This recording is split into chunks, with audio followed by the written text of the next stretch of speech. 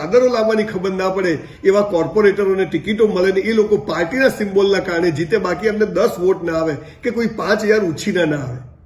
સમગ્ર ગુજરાતની નગરપાલિકાઓમાં, મહાનગરપાલિકાઓમાં 50% ઉમેદવારો આવે, 50% બહુ સારા હોય છે. એટલે આ વખતે ખાસ મારે પાલનપુરની જનતા અને સમગ્ર ગુજરાતના લોકોને કહેવું છે કે તમે પાર્ટી અથવા મુખ્યમંત્રી અથવા વડાપ્રધાનને જોઈને વોટ ના આપશો. એની ચૂંટણીઓ એમએલએ ને એમપીની જુદી હોય છે. આ સ્થાનિક સ્વરાજ્યની ચૂંટણીઓ છે. પાલનપુર છે, બરોડા છે, અમદાવાદ છે, સુરત છે, કોઈ પણ સિટીના લોકલ પ્રશ્નોની વાત છે. આમાં મુખ્યમંત્રી કે વડાપ્રધાનશ્રીનો રોલ નથી હોતો. આપણે એવા ઉમેદવારો, પાર્ટી કોને ટિકિટ આપશે એ આપણા હાથમાં નથી, પણ જેને ટિકિટો મળે એમાંથી ખરેખર જેને શહેરનું હિત હોય, જેને શહેરમાં કરપ્શન કરીને પૈસા કમાવાનો એક માત્ર ઈરાદો ના હોય, આવા લોકોને વોટ આપજો. તો આ સૌથી મોટી સમાજ સેવા છે, સૌથી મોટી દેશ સેવા છે. ગંદકીઓના ઢગલા, સ્કૂલો આગળ ગંદકીઓ, રસ્તાઓ ખાડામાં કે ખાડામાં રસ્તાઓ સમજ ના પડે.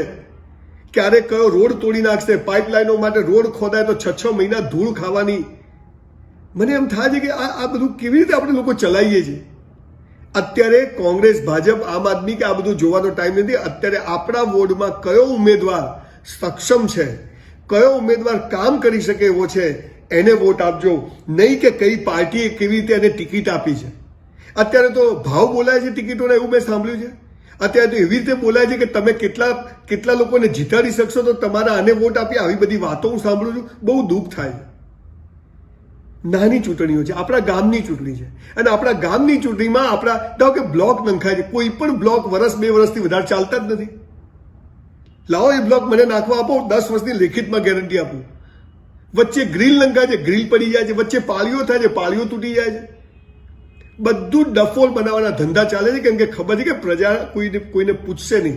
આપણે બધા પાનના ગલ્લે અને પેપરોમાં ને એમ ચર્ચાઓ કરશું, ટીવી પર, સોશિયલ મીડિયા ઉપર મેસેજ કરશું, પણ આપણે ઊભા નથી રહેતા કે એક રસ્તો બને ખાલી ઉપર ફોતરી પાથરી જતા રહે તો પૂછતા નથી કે આ રોડ કેટલા રૂપિયાનું ટેન્ડર હતું ને કેટલામાં બન્યું ને કોણે બનાવ્યો. આ બ્લોક નાખ્યા છે તો બ્લોક તૂટી કેમ ગયા, બ્લોક ઉખડી કેમ ગયા. સાવ મફતના પેલા રોડ, સડક છાપ મજૂરો જોડે બ્લોકનું કામ થાય છે. નીચે કોઈ ગાદી ના હોય, નીચે સિમેન્ટ હોય, ના લાઈન દોરીમાં વસ્તુ હોય, ઠોકરો લાગે ફૂટપાથ પર ચાલો તો. આપણે જાગવું પડશે. આમાં કોંગ્રેસ, ભાજપ કે કોઈ પાર્ટી જોશો નહીં, આમાં માણસ જોજો કે મારા વોર્ડમાં જેટલા લોકો ઊભા છે કે ટિકિટો આપવાના પેરામીટર જુદા છે, તો મારા ભેજામાં ઉતરતા જ નથી. સામાન્ય માણસનું કોન્ટ્રીબ્યુશન હોવું જોઈએ, પણ સામાન્ય માણસની એવું કોન્ટ્રીબ્યુશન ના હોય કે જેને કશું ખબર